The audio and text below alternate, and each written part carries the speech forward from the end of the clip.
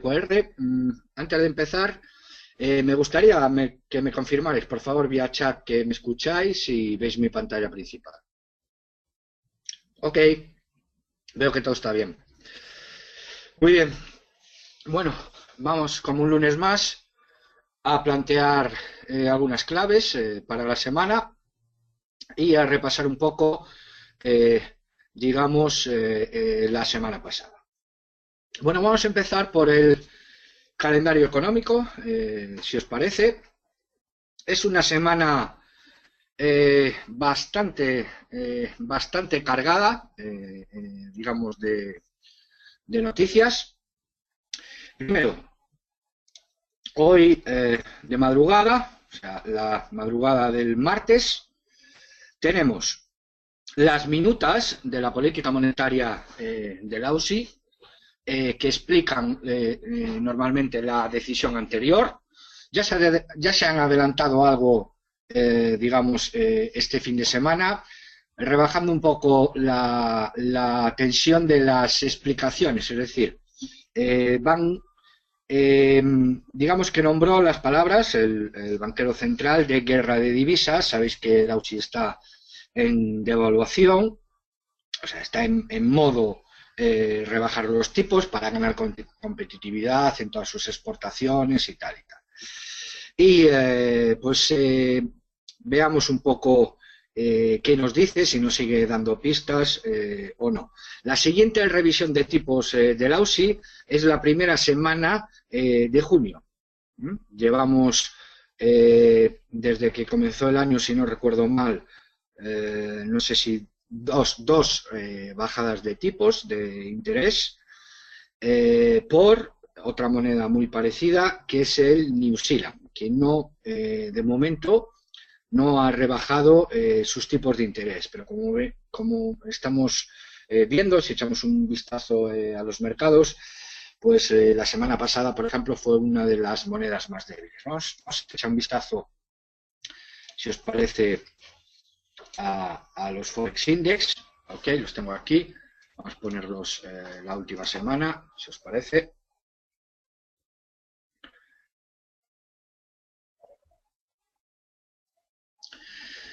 Aquí los tenéis los últimos 7 días. Como veis, en la última semana, hasta la hora actual, la moneda más fuerte ha sido el euro y la moneda más débil ha sido el dólar, aunque no se ve muy bien, pero ha recuperado un poquito. Pero digamos, la situación actual a una semana es la siguiente. Moneda fuerte por excelencia, el euro, y luego tenemos monedas más o menos, digamos, que no destacan ni por una ni por otra, que tenemos la libra, tenemos el New Zealand y tenemos el Aussie. Y luego tenemos monedas débiles, que tendríamos al dólar, tendríamos al yen y tendríamos al canadiense.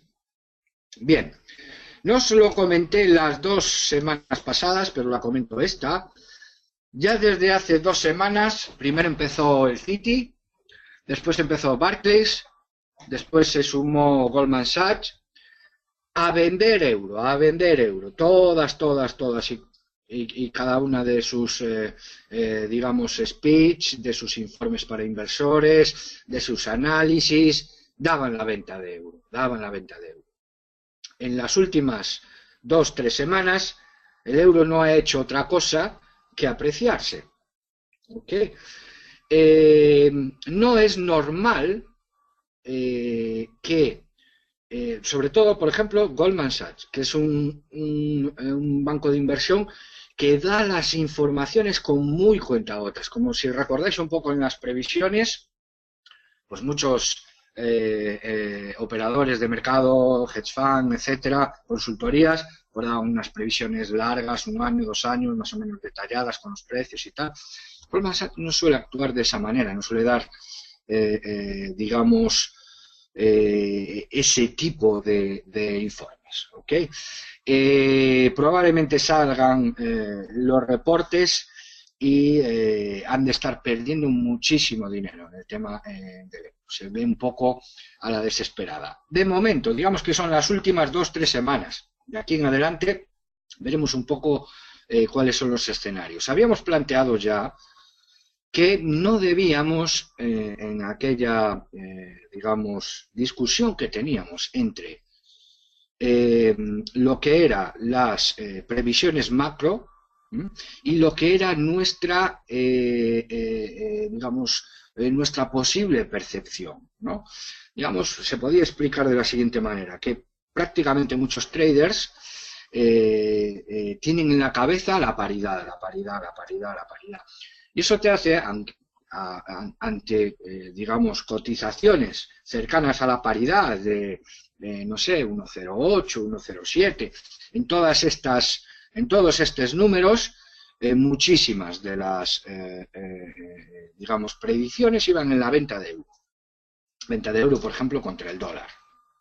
O la realidad es que prácticamente todos los euros, en mayor o menor medida, quizá echando así un vistazo, no sé, el euro-yen, por ejemplo, que la libra también se ha apreciado muchísimo, es quizá la operación que menos se ha apreciado con respecto al euro. Pero si echamos un vistazo a todos los demás, New Zealand, canadiense, incluso contra el yen, etcétera, etcétera, pues tenemos apreciaciones relativamente fuertes, ¿no? Saber un poco, digamos, distinguir este tipo de opciones, ¿no? Pensarlo bien. Las medidas efectivamente son expansivas, lo que tienden a devaluar el euro, aunque la cotización no es un target del Banco Central, lo repite casi siempre. Efectivamente, al haber más cantidad, el precio baja. Esa es una ley relativamente básica. Por otra parte, el dólar, como lo tenemos, si nos fijamos en el eurodólar, pues efectivamente hace que el eurodólar, pues ya aparte de la culpa, por decirlo de alguna manera, que tiene el euro, pues el dólar también ayuda a la apreciación, ¿no? Pero de todas maneras habría que buscar, o al menos plantarse, ¿no?, en efectivamente está muy devaluado el eurodólar, si lo miramos en su serie histórica. Si atendemos también a los datos macro, pues efectivamente, de momento, pues puede estar por ahí la cosa, más que para ponerse cortos o haberse puesto cortos ya desde hace 2 semanas y pico, que nos lo vienen anunciando determinados agentes del mercado, ¿no?, que suelen, pues aquí se les ha visto un poquito el plumero, ¿no? Bien, notar el día de hoy, están los mercados relativamente extrañísimos. Hoy es Bank Holidays en Canadá, si no recuerdo mal. Sí, efectivamente. Es Bank Holidays y miramos, si echáis un vistazo a todos los cruces con el canadiense, euro canadiense, dólar canadiense, canadiense yen, incluso Aussie CAD, incluso New Zealand CAD, pues hay una hay una devaluación del dólar canadiense muy importante. Lleva desde prácticamente al inicio de la mañana, se lleva devaluando el CAD. Algo extraño, quizá falta de liquidez en el tema del canadiense, es decir, como es Bank Holidays, pues operadores de canadiense hay menos de lo normal, podría explicar una situación de este tipo. ¿Okay? Pregunta de Sel que el euro Aussie sube por la recuperación del euro o por la devaluación del Aussie. Buena pregunta.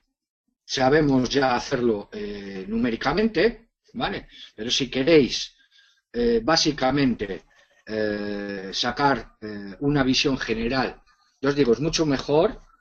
Hemos practicado algunas, mañana volveremos sobre eso. ¿Cómo se sabe, no? ¿Quién es de quién es la culpa ante este movimiento? O sea, ¿quién tiene más peso en este movimiento y demás? Como vemos en este gráfico, bueno, si lo ponemos desde la decisión de tipos de interés, vamos a ponerlo desde principio de mes un poco para contar un poquito la historia. Bien, aquí la tenéis, la decisión fue, vamos a ver, si no recuerdo mal, debió ser la primera semana, no fue la semana pasada, sino que la anterior. Aquí lo tenemos. La decisión fue el día 5, ok, vamos a echar un vistazo. Bien, la decisión fue aproximadamente por aquí. ¿Okay? Tenemos, por un lado, vamos a, si queréis, aislamos los dos para analizar el Euro-Aussie un poquito más, digamos, más claro, más en detalle para comparar los dos. Señalamos la decisión de tipos. Aproximadamente por aquí, vamos a ponerla. Y vemos que el Aussie, desde la decisión de tipos, está más o menos igual de apreciado. ¿Ok? Solo lo que corresponde al Aussie. ¿Ok?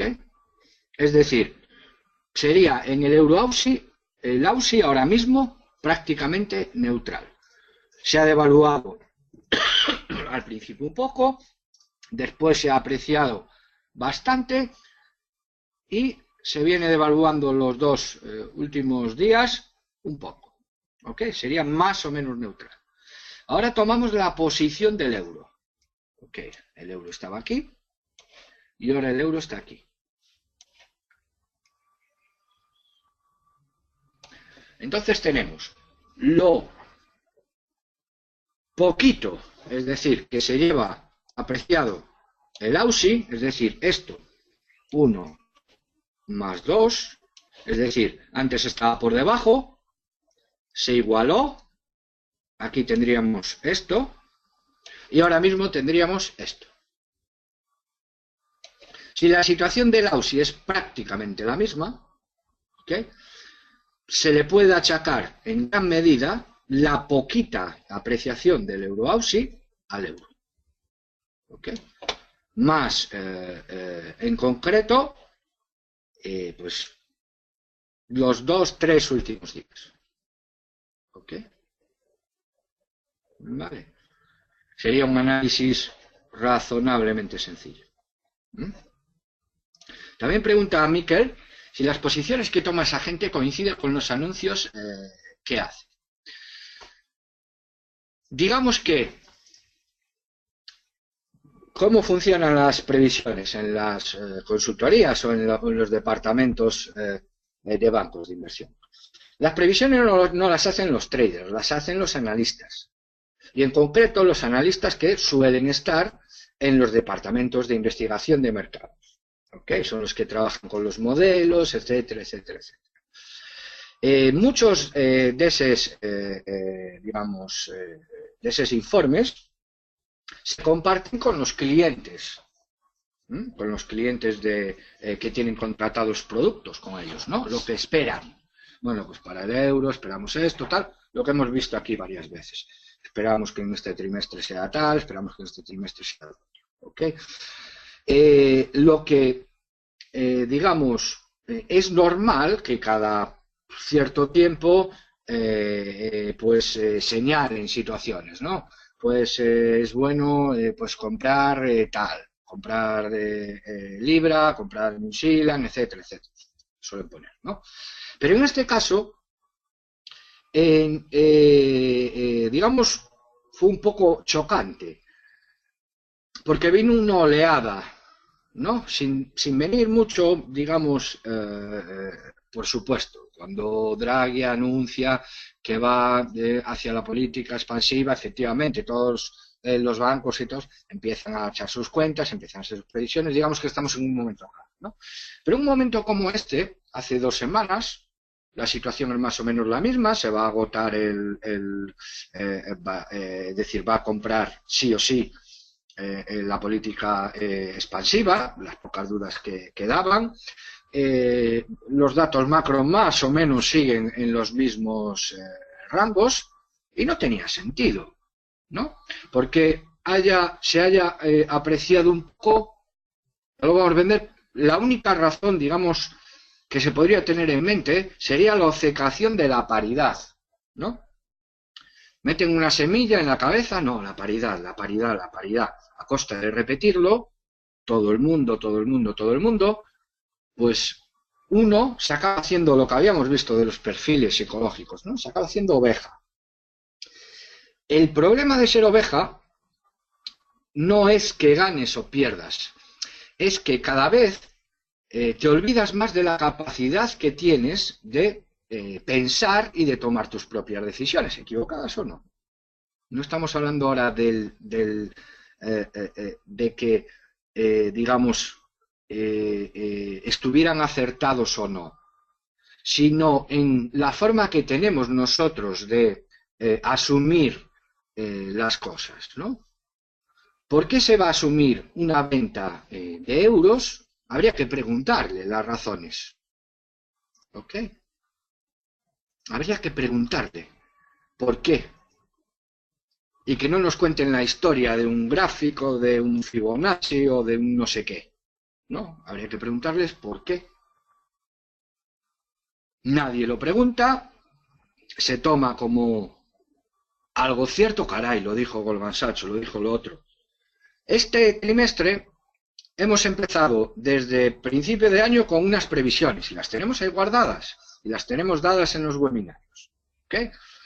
Y no solo de uno o de dos grandes actores, ¿no? Lo tenemos de los 20 principales. Ahí están bancos, están hedge funds, están consultorías, está todo el mundo ahí, ¿no? Con sus precios, con sus previsiones para las principales divisas, ¿no? Bueno, pues vamos a ver cómo funcionan, ¿no? Qué es lo que ellos nos pueden decir. Luego está, por supuesto, la visión de la manipulación del mercado. Perdón, la de crear opinión, ¿no? Pero esa opinión necesita altavoces, ¿no? La paridad del euro necesita mucha gente diciendo la paridad del euro para que eso cale, ¿no? Lo que hablábamos en los métodos de entrenamiento, ¿no? El repetir una y otra vez, el repetir una y otra vez. Y eso es quizá la parte del comportamiento, aquella que nos hacía pensar un poco en el test, ¿no? No es cuestión de que esté bien, que esté mal, sino es cuestión de el no planteamiento de esa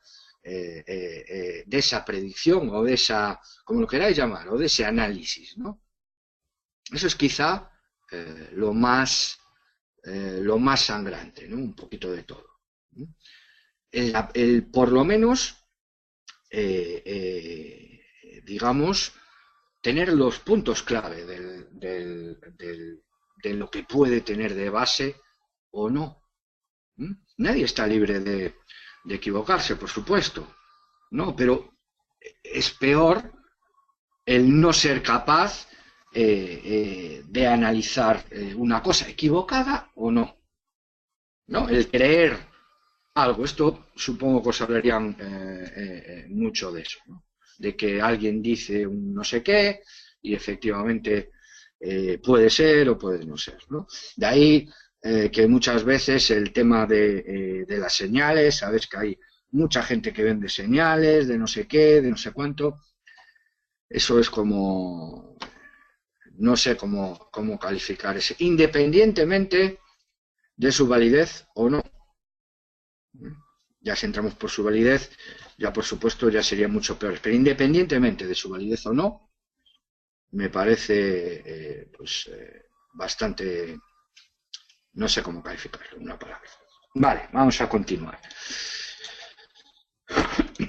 Estamos con el tema de la semana. Sí, tenemos el AUSI, perdón. Teníamos las minutas, ¿vale? Que pueden que sean unas minutas relativamente interesantes. A ver si me... 16. Estamos en el 18. Perfecto. Teníamos el AUSI y teníamos el New Zealand. Tenemos el New Zealand bastante. Fijaros, voy a poneros a como lo habíamos visto todos un poco, para tener un poco la pintura general, ¿no? Habíamos visto que en la última semana, efectivamente, la libra estaba ahí más o menos en equilibrio, pero es que, claro, fijaros la semana anterior, ¿no? Habíamos hablado ya del tema de las elecciones, la primera sorpresa, efectivamente, todo sigue igual, tal, y como lo veis, está preferiblemente ahí. Otro aviso más. Ya desde jueves, viernes de la semana pasada, venga. También noticias, informes, no sé qué, a vender libra. Efectivamente, vemos que las previsiones nos dan una libra a 1,40 y no sé qué para finales de este cuarto, o sea, de este trimestre. También habíamos visto por el otro lado que la percepción de la política macro estaba primero digamos, de bullish, de fuerte, estaba primero el dólar, pero después inmediatamente estaba la libra, ¿no? Basada en un poco las predicciones del Banco Central, ¿no? De cuándo iban a subir los tipos, etcétera. Quizá encaje un poco más eso, ¿no? No digo ni siquiera que encaje. Quizá sería bueno plantearse por qué hay que vender la libra ahora, ¿no? Simplemente hacerse la pregunta. Tomar los datos, tomarse un tiempo, tomar sus notas, hacer sus cuentas, sus números, sus tal. Y por lo menos, no sé, son cosas que chocan un poco. Chocan, ¿no? Quizá a lo mejor a una mentalidad, por decirlo de alguna manera, ¿no? Más científica o más, científica bueno es la palabra, pero más acostumbrada a que efectivamente haya hipótesis, haya datos, o sea, a sopesar las cosas, a razonar las cosas, a ponerlas en un modelo, a tal. Este tipo de digamos, advenimientos, no estoy hablando del resultado, estoy hablando de las razones. Pues suenen un poco o queden un poco fuera de lugar. No estoy hablando tampoco de foros tal, no, estoy hablando más o menos de, digamos, sitios relativamente serios con acceso a la información de los bancos centrales, analistas, etcétera. Estamos en ese, más o menos en ese nivel.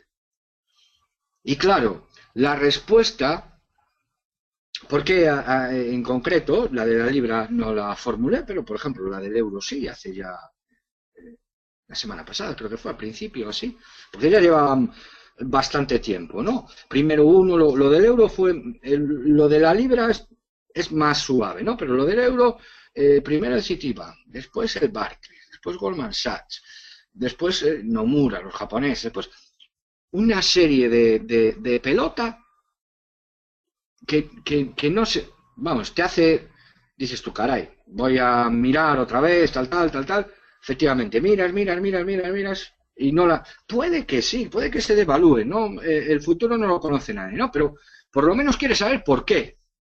¿Cuál es la razón para que yo me ponga vendido de euro? Y lo más que llegamos, por supuesto, es a un gráfico con 2 líneas y con no sé qué. Entonces dije yo, vale, ok, perfecto. Y eso es un poco el espíritu que intento transmitiros, ¿no? Que el analizar tiene que ver con todas esas cosas que hacemos. El analizar tiene que ver con el hacerse preguntas. El hacerse preguntas requiere herramientas, requieren métodos, requieren cosas que llevamos viendo así puntualmente todos estos meses que llevamos. el usar esas cosas, digamos, nos puede permitir hacer esto. ¿Por qué? No, la pregunta siempre es ¿por qué? ¿Qué? Y cuando recibes una respuesta, es cuando tú sitúas la calidad de la predicción o lo que hayas leído. Es decir, la calidad de predicción no se mide por quien la haga, Goldman Sachs, Citi, etcétera, etcétera, o el famoso no sé qué, sino se mide por las razones que dan para hacerla. ¿Ok? Digamos que ese es un punto clave. ¿Ok? Independientemente de que unas acierten más, acierten menos, siempre hay que tener una forma de trabajar con las cosas. Si no podemos estar 5, 10, 15, 20, 50 años en el mercado sin saber absolutamente nada del mercado. Me da igual el eurodólar que Apple, me da igual no sé, una materia prima que otra, ¿no? Digamos que ese es un poco el hacerse preguntas sobre las cosas. Y con eso la vacuna en general es bastante grande, porque nos permite distinguir unas cosas de las otras, nos permite fijar las posiciones, nos permite saber qué enfoque tiene la gente, nos permite saber el conocimiento que tiene la gente, cómo analiza las cosas, cómo funciona, ¿no? Y es un poco eso. Bien, aquí tenéis el tema de las divisas. Como veis, el New Zealand, también tenemos esta semana inflación, ¿ok? Ya se ha cerrado, hay una diferencia enorme entre los tipos de interés, ¿no? Tenemos un New Zealand muy fuerte en tipos y tenemos un Aussie ya cada vez tirando a menos, digamos, los tipos de interés. Sin embargo, el gap lo podéis ver, por ejemplo, en el Aussie New Zealand. De hecho, echemos un vistazo. Fijaros en diario, vamos a abrir un poco más. Bueno, ya lo podéis ver vosotros, ¿no? Contraponer las dos monedas fuertes. Fuerte me refiero en tipos de interés. ¿Vale? Lo tenéis que, bajándose los tipos del Aussie y manteniéndose los tipos de New Zealand, es verdad que las previsiones de la subasta de lácteos, los datos, pues han sido relativamente malos, ¿okay? Pero tenemos un Aussie más o menos neutral, dentro de lo razonable, pues tenéis la buena escalada y la buena oportunidad de un Aussie New Zealand, con una compra de varios días, un comportamiento razonable, ¿ok? Y sería un activo bastante bueno. Vale. Dice Bebesel que el euro no tiene razones económicas para subir.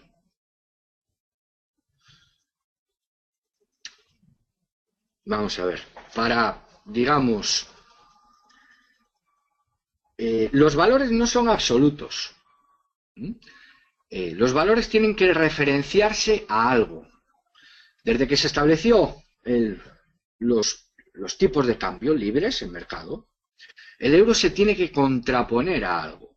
Por ejemplo, el euro dólar. Llevamos un tiempo de dólar no fuerte. Incluso, digamos, por ejemplo, en esta última semana, pues fue la moneda más débil. Pero si lo miramos en las semanas un poquito más,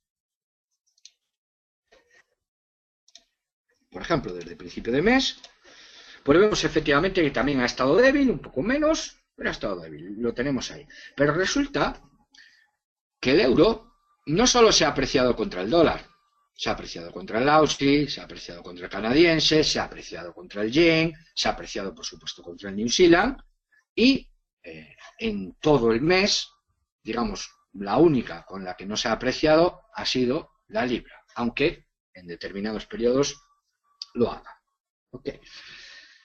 ¿Por qué el euro tiene que valer 1 con el dólar?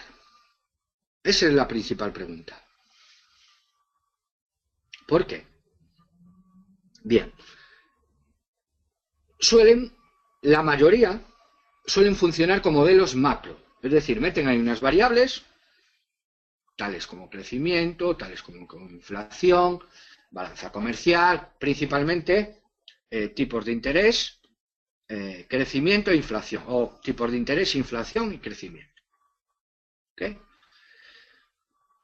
Metiendo esos datos, nos dicen, no nos dan las cuentas, esto es un poco también el truco del almendruco, ¿no? Y os voy a poner un ejemplo muy claro. Allá por el 2012, los brillantes economistas del Fondo Monetario Internacional dijeron que países por encima del 100 o 120% de deuda sobre el PIB era imposible que tuvieran crecimiento positivo. ¿Ok? Desataron toda una política de reducción del déficit para la reducción de la deuda, etcétera. Estoy hablando de economistas potentes. Resulta que salió a la luz los cálculos, la famosa hoja de Excel, resulta que había un error en los cálculos. Que sí, que se podía crecer, lo miraron varios con un crecimiento superior a no sé qué, no sé cuánto, tal. Bien, pero las cosas ya estaban en marcha, ¿no? Ya habían cumplido el propósito, ¿no? Eso no pasa en ninguna ciencia. Alguien hace una afirmación, no sé, la Gulfstream en el año 2015 va a producir tales maremotos, etc., lo que sea, cualquier tipo, y presenta sus cálculos, presenta sus modelos, lo da a la comunidad científica, lo da a quien sea, lo pone ahí. Todo el mundo puede verlo, todo el mundo puede testearlo, probarlo, tal. Y efectivamente, pasa la criba de las cosas. Cuando se esconden los modelos, cuando no se quiere dar la información, digamos que esa es una señal, no es que los modelos, vamos a ver, unos modelos predictivos de ese tipo contra unas monedas, puede haber pequeñas diferencias de rango, pero son modelos macro. Modelos macro, no tienen ponderando tal variable, ponderando tal la otra, digamos que hay diferencias entre unos y otros en función de lo que asumen. No, pues si uno asume que el AUSI va a seguir devaluando tipos, pues efectivamente el AUSI dólar le dará más devaluado que a otro que consigue mantenerlos, ¿no? Y al contrario. No, pero digamos que los parámetros son prácticamente claros, ¿no? Entonces, la razón de que no den las cuentas, por poner una palabra, yo ya no sé si es porque no existen cuentas o funcionan de la manera que el Fondo Monetario Internacional, que me decanto un poco por la segunda, ¿no? Que sí, que hacen unas cuentas, pero esas cuentas no pasan la criba de una objetividad, ¿no? Cuando un juez publica una sentencia, da unos argumentos en la sentencia. Y esos argumentos lo discutirán. Podrán, digamos, tener más razón, tener menos razón, ser más discutible, es que todo es interpretable, ¿no? Dentro de unos marcos. Pero se razonan argumentos, ¿no? Se dan argumentos a favor y en contra. Y se fundamentan esos argumentos. Aquí en economía no. Que en economía se parece más a una religión, se parece más a un dogma. Bueno, y cuando hablamos de los mercados, se parece cada vez más a un halo de no sé qué, que roza la adivinación, ¿no? No sé si hay, miras, no sé, JP Morgan. Aquí en Londres son 130 analistas. No estamos hablando de traders, de managers, no. analistas, un departamento de investigación de los más grandes, etcétera, etcétera, etcétera. Gente muy válida, de todo, como en todos los lados. Y dan unas previsiones, ya las del año pasado, la de esta, bueno, que todo parecido con la realidad es casualidad, ¿no? Y entonces empiezas a preguntar, no ves las cuentas por ningún lado. Oye, no digo las de ahora o tal o cual, no, pero por ejemplo digo las del 2014 o la del 2013, es que hay 5 años de secretismo, de tal, más que nada para las operaciones o las técnicas, no, pero un poco la manera de funcionar. Efectivamente no hay nada de eso. Esperemos un poco. Las cosas están cambiando bastante grandes, están cambiando bastante aceleradamente. Este trimestre los bancos de inversión perdieron muchísimo dinero en el tema de divisas. Por supuesto, dentro de un año, dentro de 2, se sabrá la manipulación de tal divisa, tal. Pero vamos, las pérdidas en concreto con el euro, pues ya os imagináis, todas estas posiciones. ¿Qué llevamos de subida? Pues no sé, un 10%, una cosa así. Pues está prácticamente servido ahí un poco, ¿no? Y también el tema de Grecia. Bueno, sobre el tema de Grecia hablaremos después de junio, ¿no? Sabéis que tiene el deadline, el final, o sea, el punto crítico, es un poco a final de este mes, ¿no? Para junio tiene muchísimos vencimientos, no tiene casi para hacerlo, pero va a ser, es muy interesante de estudiar el caso de Grecia, ¿no? Nos va a valer, si leísteis el artículo también de Campras del tema psicológico, y lo vamos a analizar. Sabéis que la parte de Grecia la lleva un ministro experto en teoría de juegos, ¿no? Y vamos a meter esa parte de la matemática. La teoría de juegos es una asignatura de quinto de, bueno, cuando antes eran licenciaturas, de quinto de matemáticas, y analizaremos toda esa digamos negociación desde la óptica de la ciencia, ¿no? Por decirlo un poco. Bueno, Libra, IPC, ¿vale? Día importante para el tema de la libra. Aquí, digamos, se puede, digamos, derivar un poco el mercado. Veis que la libra está potente. Sí, efectivamente, lleva una semana ahí ni fu ni fa, pero está potente, en definitiva. Bien, y luego tenemos ya muchos datos salpicados. Tenemos euro, tenemos dólar, por supuesto. Tenemos lácteos, subasta el martes, ¿vale? Las previsiones son realmente malas, ya no tanto en el precio, sino en el volumen. Se están quedando sin compradores. No, perdón. Los compradores están comprando mucho menos de las expectativas que tiene el mercado.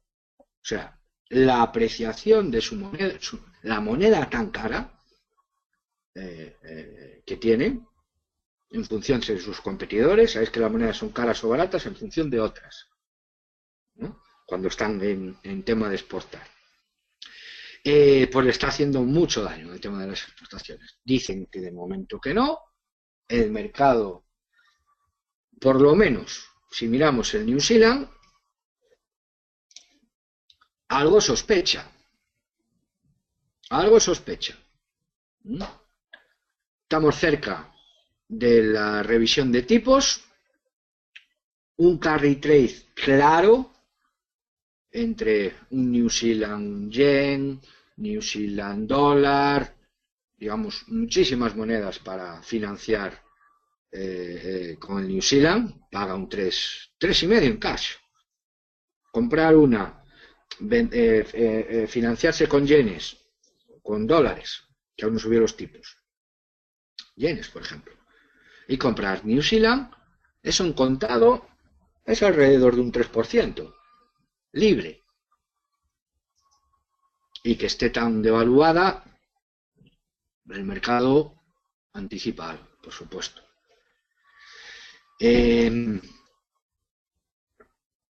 Japón, tenemos crecimiento, están mareando un poco la perdiz, la verdad, de tasas, que no tasas, que tal, que cual, ya veis los cruces, que más o menos no es que están un poco dispares, hay de todo, cambia la perspectiva un poco de semana a semana prácticamente, ¿ok? Reunión, los votos para las tasas, espera que todo más o menos siga igual, a ver si da alguna pista. Las minutas, vale, ya sabéis que el dólar aquí. El dólar lo va a tener complicado para la estrategia que tiene pensada. Veamos cómo lo resuelve. Casi está descartado la subida ahora, antes del parón de agosto, quizá en septiembre. Pero bueno, aquí hay de todo. Pondremos unas polls, unas encuestas, una de estas semanas para cuando se vaya acercando el tema. ¿Qué? El parón de China ya lo tenemos, y luego tenemos un montón de euros, ¿vale?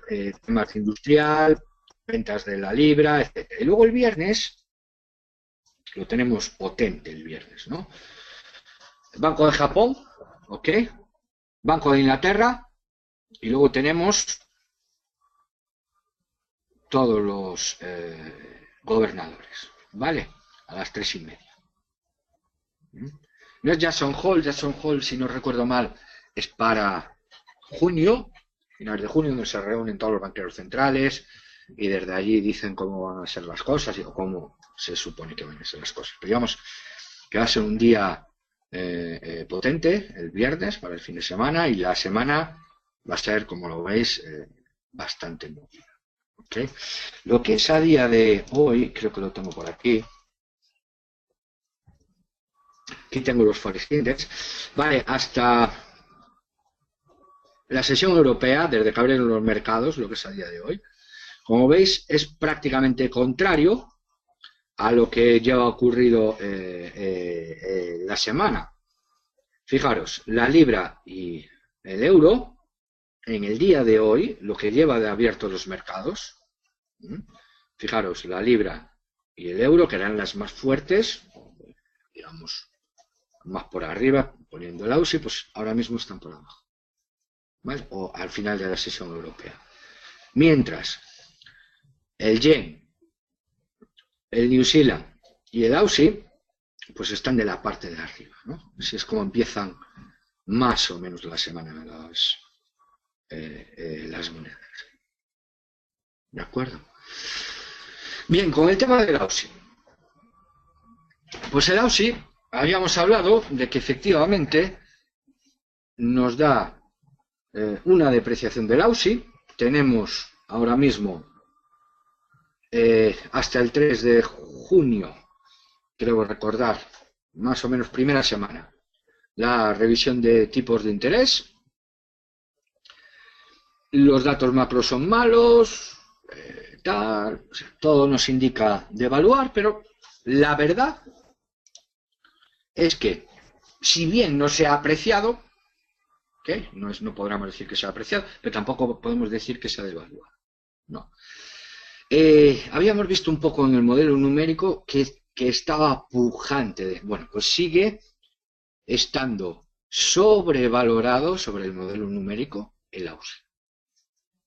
¿Okay? Lleva con este lunes, pues lleva prácticamente 10 días por encima de lo que el modelo da, ¿no? Ni es que se haya ido más, ni en que se haya ido menos dentro de la volatilidad normal, pero la devaluación de momento no llega. Veamos las minutas de hoy a la noche, ¿no? Cómo explica el banco su visión, por qué han decidido eso, qué perspectivas tienen, crecimiento, inflación, paro, todas esas cosas. Leamos un poco qué nos cuentan y razonemos por qué de momento no se ha devaluado, que sería lo razonable, pero tampoco se ha apreciado. ¿Ok? Digamos que es un poco así la manera de funcionar. Ok, hay algunas preguntas. Ya para terminar, vamos a ver. Tiene que haber alguna base macro. Sería que los griegos pudieron pagar los 7.000 millones. No han pagado 7.000 millones los griegos. De momento han ido pagando los pagos parciales. El último pago de los 700 millones, me parece recordar, 600 estaban en el FMI.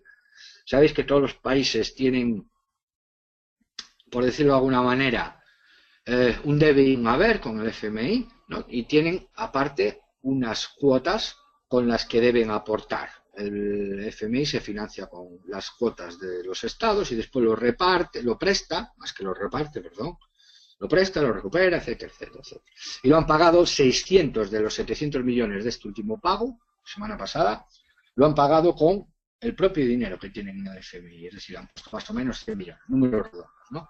Pero para estos vencimientos ya han dicho que no tienen dinero. ¿Ok? Bien. Dice Vicente que ha sido de los brokers como Alpari. En Alpari, os cuento mi experiencia. Bueno, tenía una cuenta, la parte inglesa, aquí, cerca de London Bridge, ¿no? He tenido que hacer, bueno, está en suspensión de pagos, tiene unos administradores, los administradores enviaron una carta, en esa carta tú tienes que poner tu número de cuenta, tal, y a la vez hacer una reclamación al regulador inglés para que se haga cargo de esa parte. He recibido la comunicación del regulador inglés y me llama al regulador europeo. También tengo que mandar otra burocracia. Es decir, la gente aún no hemos recuperado el dinero. En una palabra. ¿Ok? Porque hasta 50.000 libras están cubiertas las cuentas. ¿Cuál es el problema aquí? El problema es que, aunque las cuentas estén segregadas, las cuentas no están titularizadas individualmente, sino que tienen una titularidad general, ¿no? Y está ahí un poco la discusión. Si cada uno tiene asignada una parte, la parte suya, y tiene que hacerse contra eso, o no. Si realmente hay que distribuirlo de todos entre todos. Y digamos que está ahí un poco funcionando un poco. Algo parecido a lo de Interdin, dice Juan Carlos. Efectivamente. Algo parecido. Siempre hay listos que han recuperado el dinero, aunque probablemente lo tengan que devolver, porque todas las transacciones dejan. Imaginaros que de los 3.000 y pico clientes, pues haya 50, pues que ya hayan recuperado el dinero de su cuenta, después del evento, me estoy refiriendo, no antes. Pues eso es bastante fácil de trazar, ¿no? Digamos que cosas un poco de este tipo. Pequeñas cantidades ya las han devuelto. Bueno, supongo que sí, que algunas. Estoy hablando de 11.000 o una cosa así, por ejemplo. Y no, dos compañeros más también no las han devuelto de momento. Supongo a lo mejor que quien no tuviera posiciones, quien no lo sé, la verdad. No lo sé porque están los administradores ahí un poco, la verdad. Que dice, uno ya no puede fiar del dinero. Es siempre igual. Sí, en realidad son fiables todas las instituciones, ¿no? Son fiables en la manera en que el sistema está funcionando de esa manera. ¿Ok? Todos sabemos que el dinero, la base del dinero es la credibilidad, ¿no? En cuanto cae la credibilidad, pues cae el valor del dinero. Dice Beloki que han devuelto aproximadamente el 30%. Supongo que habrá distintos perfiles de clientes, ¿no? Pero ya os digo, en mi caso concreto, pues aún está ahí. Y en otros dos más, que son los que conozco, pues están ahí en las partes. Hombre, supongo a lo mejor que si son cantidades, no sé, como decía uno de vosotros, las cantidades pequeñas, tal cual, no lo sé hasta cuánto pueden hacer. Un administrador concursal creo que tiene un límite, a lo mejor, ¿no? No estamos hablando de muchos miles de euros, no, estamos hablando de no pequeñas del todo, pero digamos 10, 15, 20, una cosa más o menos ahí media, ¿no? Pues los tres casos, o en ese caso no, de momento no. Aunque todo digamos, se espera más o menos recuperar una regulador, efectivamente, pero ahora a ver cómo, ya sabéis que todo es como un seguro. Tenéis un seguro para una casa, tenéis un seguro para un coche, efectivamente está cubierto, todo, tal, pero luego a la hora de, digamos, recuperarlo o cobrar el dinero del seguro, pues ahí es donde hay quizá un poco de las diferencias, ¿no? Como fue, como lo otro, siempre se intenta alargar, luego una pega, otra carta, no sé qué, no sé cuánto, pues son seguros, es como funciona como un seguro, ¿vale? Básicamente.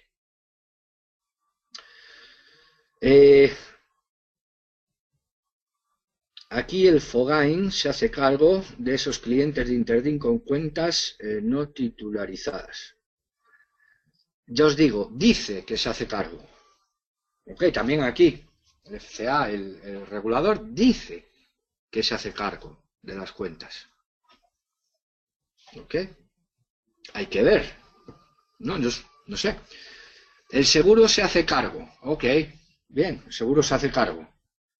Bueno, cuánto ya es el coche a arreglar, tal, lo que sea. Si alguna vez tuviste un papeleo de estos, los hay. Más depende todo de la cantidad.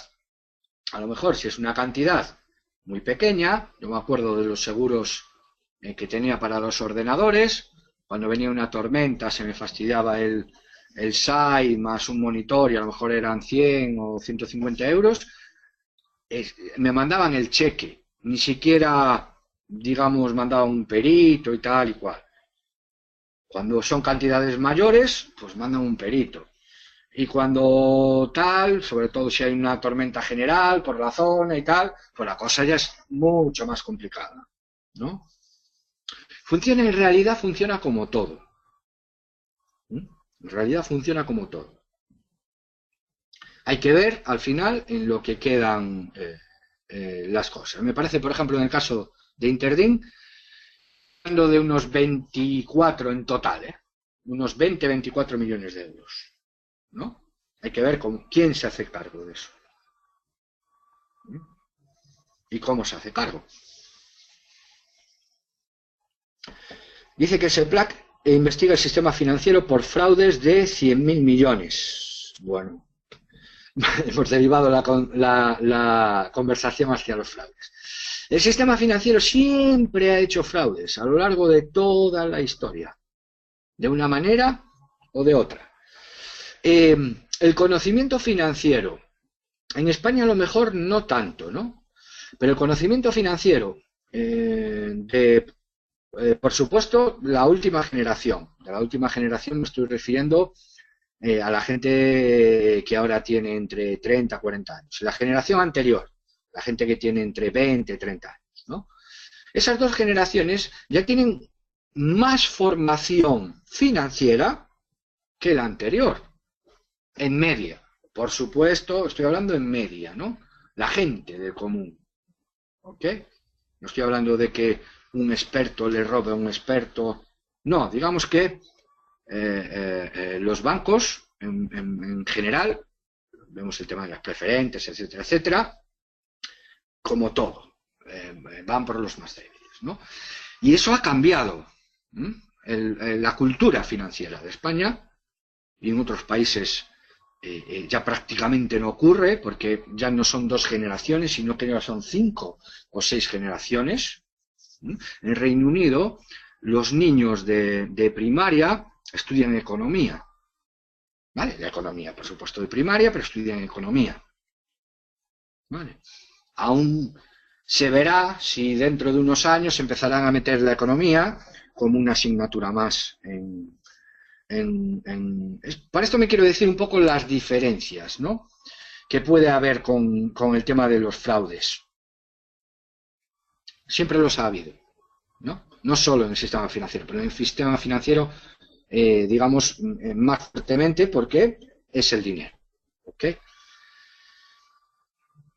Ya se está reclamando, dice Mick, igual tienes algo ahí, que ya se está reclamando y a la espera de que empiecen a hacer los ingresos. ¿Ok? Ya me irás contando, Mick, cómo va en el tema de las reclamaciones. Supongo que ahí los administradores concursales dirán que no, que